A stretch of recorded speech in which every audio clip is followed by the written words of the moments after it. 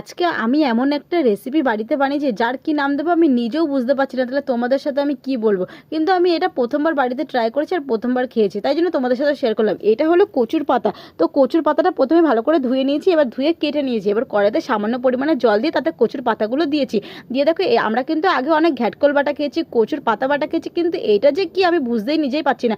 এটাও সেম কচু বাটারই মতন, কিন্তু এটা কচুর পাতা বাটা না, এটা একটু অন্য ধরনের। তো দেখো কড়াইতে গরম জলের মধ্যে আমি ভালো করে একটু একটু সেদ্ধ করে নিয়েছি। এবার তার মধ্যে দিয়েছিলাম নুন আর হলুদ দিয়ে, এবার জলটা ভালো করে ঝরিয়ে দিয়েছি। এবার কড়াইতে তেল দিয়ে তাতে আমি দিয়েছি এখানে কাঁচা লঙ্কা রসুন ফোড়ন। কাঁচা লঙ্কা আর রসুন ফোড়নটা বেশ ভালো করে লাল লাল হয়ে যাবার পর তাতে আমি কচুর পাতাটা দিয়ে দিয়েছি। দিয়ে এবার ভালো করে কিছুক্ষণ নাড়াচাড়া করে নিয়েছি।